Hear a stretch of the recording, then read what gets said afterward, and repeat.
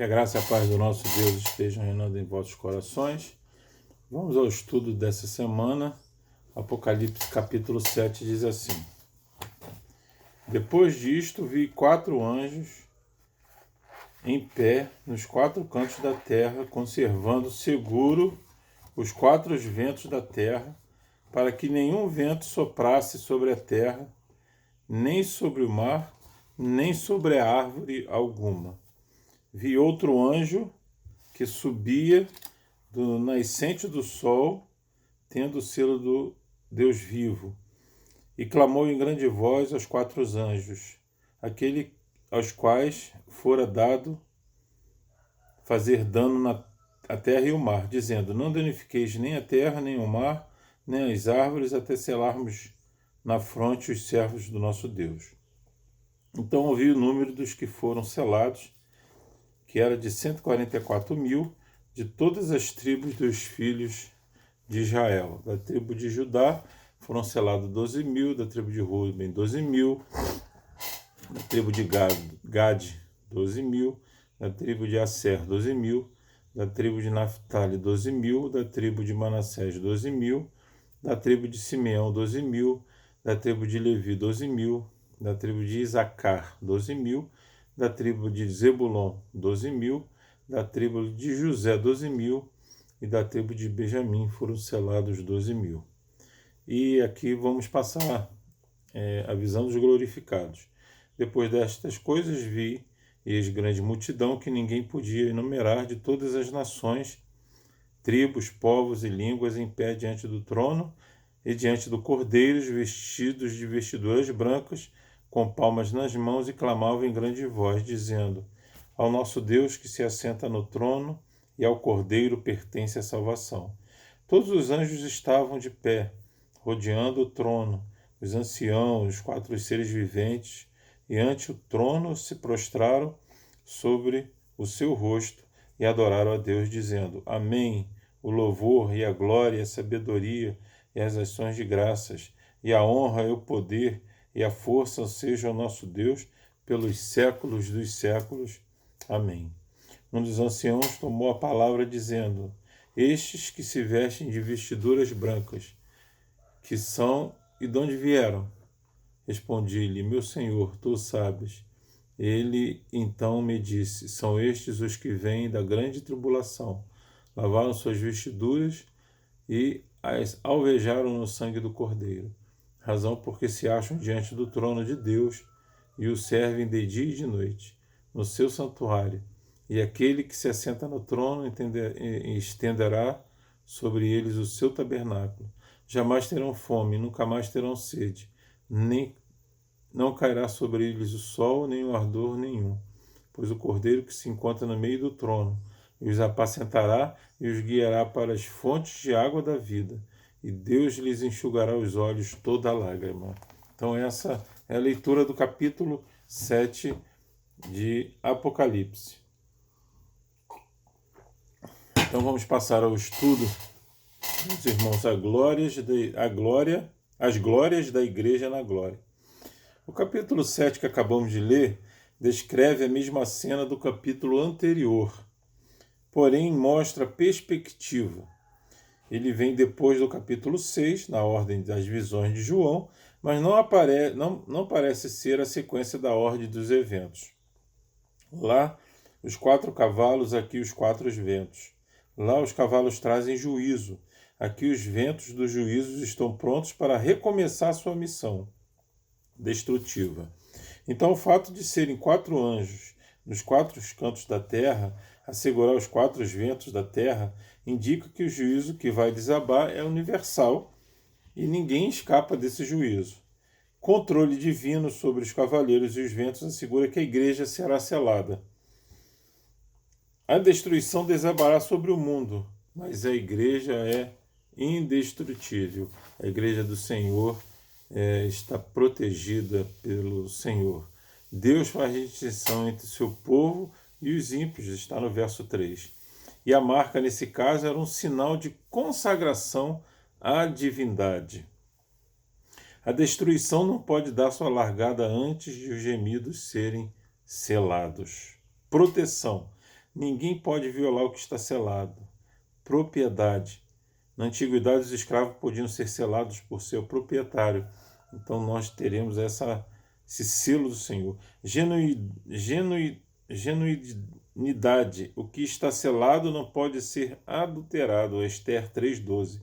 Então, todos os textos que tratam da segunda vinda de Cristo mostram que a igreja não será arrebatada secretamente antes da grande tribulação. E ela será poupada na e não da tribulação. Então a igreja vai passar pela tribulação. Então os salvos terão 3 tipos distintos de glória. A glória de sua aparência, vestiduras brancas e palmas na mão. A glória do seu serviço, estarão diante de Deus em contínuo serviço litúrgico. Terceiro, a glória do seu lar eterno, comunhão com Deus, provisão celestial. William Barclay, comentando esse capítulo 7, ele traz 3 elementos desta visão. Primeiro, uma advertência. Tempos difíceis estão pela frente. Tempos difíceis, irmãos, citada por Tiago, está entre a primeira e a segunda vinda de Cristo. Se você for fazer um histórico da igreja, a igreja sempre foi perseguida, sempre os servos foram mortos e estamos sendo perseguidos também na nossa época, né? Segundo, uma segurança. Os selados jamais serão condenados com o mundo. Terceiro, uma recompensa. Os que lavaram suas vestiduras no sangue do Cordeiro desfrutarão as bem-aventuranças eternas descritas aqui. Então, na perspectiva divina do céu, os selados têm um número exato. Apocalipse 7, de 4 a 8. O número é visto e também ouvido. O número dos selados é declarado por revelação expressa. Deus conhece os que lhe pertencem, segundo Timóteo 2,19. Esse grupo é contável para Deus. Esse número 144 mil não quer dizer que vão ser 144 mil, é um número metafórico, que diz completude, mas é um símbolo de uma estatística. Ele representa a cifra completa e perfeita dos crentes em Cristo. Então temos 3 interpretações principais sobre o significado desses 144 mil. Primeiro, a interpretação dos testemunhos de Jeová. Eles entendem que a igreja que vai morar no céu limita-se apenas a este número. Na verdade, não é. Segundo, a interpretação dispensacionalista. São selados 144 mil judeus para pregarem o evangelho em todo o mundo e sendo protegidos soberanamente por Deus enquanto realizam sua missão. Os dispensacionalistas entendem que esses 144 mil referem-se aos judeus que se converterão depois do arrebatamento e antes do milênio, e que viverão na Palestina no período da grande tribulação e serão poupados dos juízos que virão sobre o anticristo. Né? E a terceira interpretação é a pré-milenista histórica e a milenista. Né? Então, para os pré-milenistas históricos e amilenistas, esse número é simbólico. Número 144 mil não é estatístico, mas metafórico. Primeiro, o número 3, que significa a trindade, é multiplicado por 4, que indica inteira criação, porque os selados virão do norte e do sul e do leste e do oeste. 3 multiplicados por 4 são 12. Portanto, esse número indica a trindade operando no universo, a trindade 3 operando no universo 4. Assim, temos a antiga dispensação, 13 vezes 4, igual a 12 patriarcas, e a nova dispensação, 12 apóstolos. Para ter uma ideia da igreja antiga e da nova dispensação, temos que multiplicar esse número 12 por 12. E isso nos dá 144. Então a Nova Jerusalém, a igreja, tem 12 portas, com o nome das 12 tribos, e os 12 fundamentos com o nome dos 12 apóstolos. Você pode ver esse texto lá em Apocalipse 21, de 9 a 14. Lemos também que a altura do muro é de 144 mil côvados, 21, 17, né, Apocalipse, com o objetivo de acentuar o fato que 144 mil significa não uma pequena parte da igreja, senão a igreja militante inteira. Esse número é multiplicado por 1000. 1000 é 10 vezes 10 vezes 10 vezes 10, que indica o cubo perfeito, inteireza, reduplicada. Então, de acordo com o Apocalipse 21:16, os 144 mil selados das 12 tribos de Israel literalmente simbolizam o Israel espiritual, a igreja de Deus na terra. Então, a igreja de Israel é o Israel de Deus. O Novo Testamento considera a igreja o verdadeiro Israel espiritual. Então, podemos concluir que a igreja é o verdadeiro Israel espiritual. Então, na perspectiva humana da terra, os selados são uma multidão inumerável. De repente, muda-se o cenário. O leitor é novamente transportado do céu para a terra.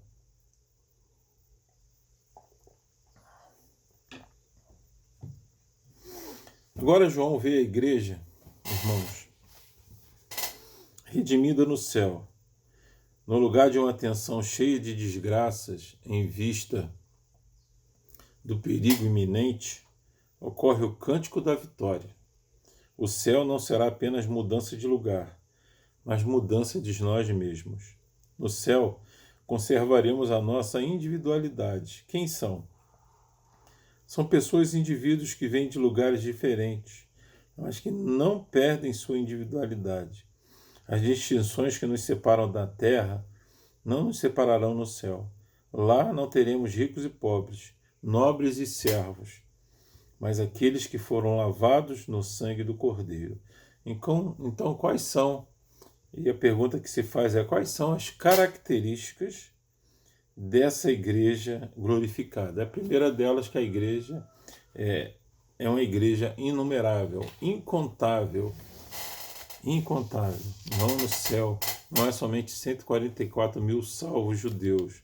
144 mil aqui é a igreja, tanto judeus como nós, igrejas, durante o período histórico, em que nós estamos vivendo, A história acontece no nosso dia a dia e a igreja, assim, ela vai batalhando dia a dia, mesmo em meio à pandemia.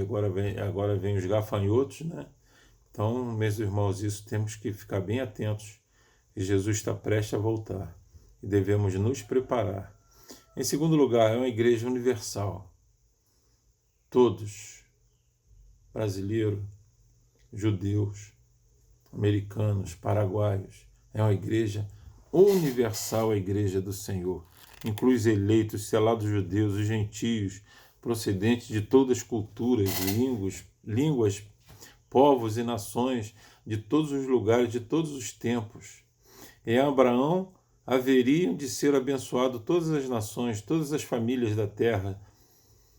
João vê na igreja a humanidade abençoada em Abraão. Terceiro lugar, uma igreja honrada. Estar em pé diante do trono significa ter companheirismo com o Cordeiro, servi-lo e participar da sua glória.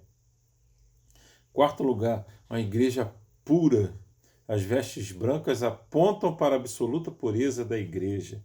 Roupas brancas ainda indicam alegria, felicidade, além de santidade. Roupa limpa, purificada. Quinto lugar, a igreja vencedora. Este é o símbolo da vitória. A igreja selada por Deus, protegida por Ele, venceu e chegou ao lar, à sua pátria, ao céu. A igreja é vitoriosa a partir da roupa, das palmas e dos gritos. Em sexto lugar, a igreja que tributa a Deus a sua salvação. Está lá no verso 10.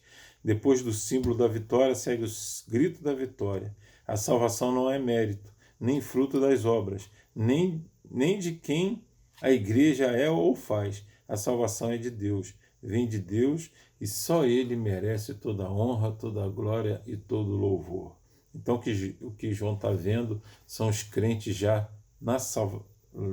morando no céu.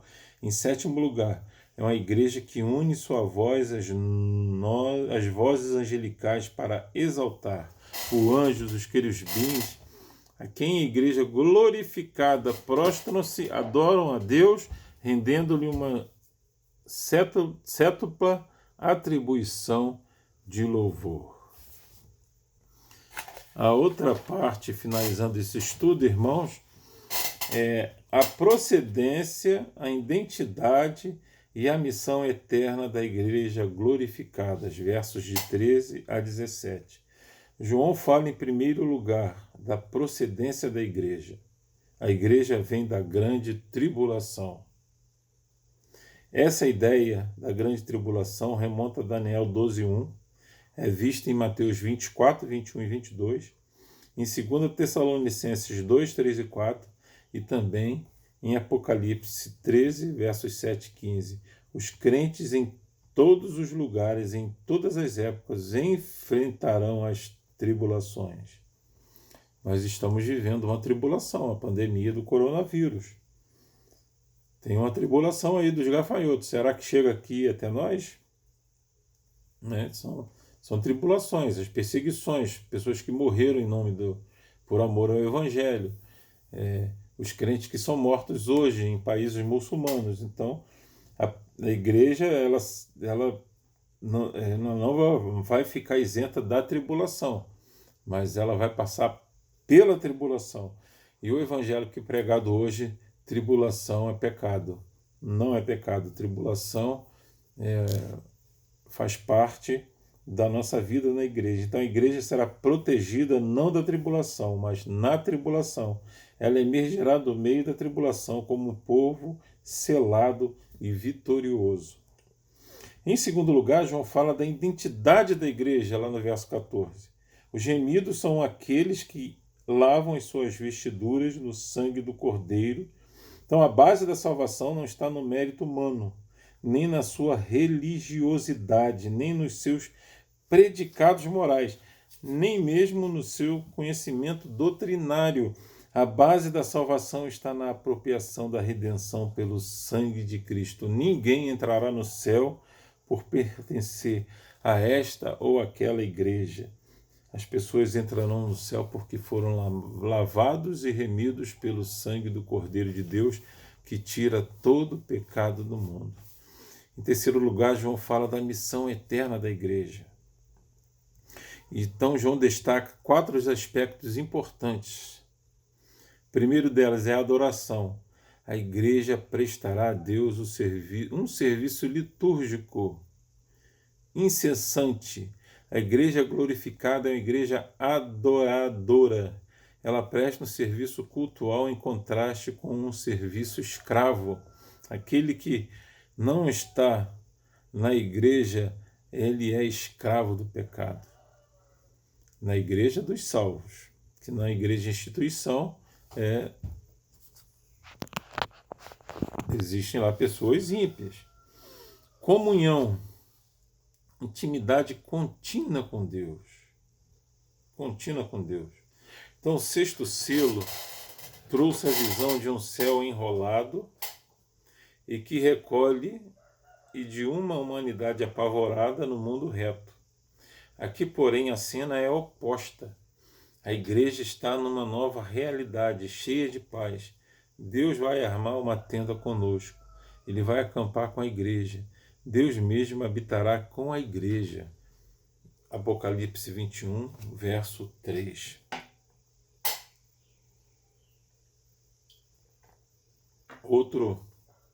Terceiro lugar, ausência completa de sofrimento. João numera 3 afirmações negativas: fome, sede e calor. Não existem mais. Hoje nós podemos ter fome, algumas pessoas passam fome, tanto a fome do alimento mesmo, né? Quanto a fome espiritual. A sede, a mesma coisa. E o calor, de não existe mais. Isso está de acordo com Apocalipse 21:4. Já não vai existir mais isso. Toda lágrima irá se secar. Finalmente, irmãos, presença completa da plenitude de vida. Então João enumera 3 afirmações positivas. Hoje o Cordeiro as apacentará, o Cordeiro as guiará às fontes de água da vida, e Deus enxugará dos olhos toda lágrima. Os salvos gozam a felicidade mais perfeita. O Cordeiro agora é o seu pastor. O Cordeiro os guia à fonte, e a fonte é Deus. O Cordeiro os traz de volta para Deus e para o paraíso. Ele então enxugará dos nossos olhos toda lágrima. Ele nos tomará no colo e nos consolará para sempre. O capítulo 6 termina mostrando os terrores que os ímpios enfrentarão no juízo. E o capítulo 7 termina com as glórias dos gemidos na segunda vinda de Cristo. Enquanto os ímpios buscam a morte física, só encontram a segunda morte, a morte eterna. Os gemidos, mesmo enfrentando a morte física, desfrutam para sempre das bem-aventuranças da vida eterna. De que lado você está? Em que grupo você está quando Jesus voltar? Irmãos, nós não podemos livrar da primeira morte, que é a morte física, mas a segunda morte nós podemos nos livrar. Aquele que aceita o Senhor Jesus como seu único e suficiente Salvador. As coisas que estão acontecendo neste mundo apontam para a segunda vinda do Senhor. O Senhor está à porta, eis que estou à porta e bato. O Senhor vai voltar brevemente. Nós não sabemos quando, que horas, mas as coisas que estão acontecendo neste mundo apontam para a segunda vinda do Senhor. Então, aquele que tem ouvidos, ouça o que o Espírito diz às igrejas. E na próxima semana nós vamos ver o capítulo 8, as trombetas começam a tocar, né? Então é isso, nós devemos nos preparar para a volta do Senhor Jesus Cristo, amém? Vamos orar. Pai, te agradecemos por este dia, te agradecemos, ó Deus, por esse estudo, e que possamos te buscar cada vez mais. Que a igreja, ó Deus, esteja preparada, ó Deus, para te receber, e que os adventos que estão acontecendo neste mundo possam, Senhor, fazer com que as pessoas acordem para ter um verdadeiro encontro contigo. Mas isso, ó Deus, é segundo a tua vontade. Ó Deus, tenha misericórdia dessas pessoas, ó Pai, porque elas não sabem o que fazem. Abençoa, Deus, a igreja, protege a nossa igreja, ó Deus, desse mundo mau, e que possamos continuar, dentro das nossas possibilidades, ó Deus, a pregar o Evangelho. Que nesta pandemia, ó Deus, muitas pessoas possam ter um encontro contigo. Pai, abençoe, Deus, cada igreja, Deus, cada trabalho que é feito com todo amor e dedicação. Nos guarda, protege de todo mal. Oração que te faço em nome de Jesus. Amém e amém. Deus abençoe, irmãos. Tenham um bom fim de semana, né? Hoje é sexta-feira, né? Eu resolvi fazer esse vídeo hoje pela manhã. Deus abençoe a vida de cada um, e que a graça e a paz possam estar reinando na vida de todos. Fiquem na paz do Senhor Jesus. Amém.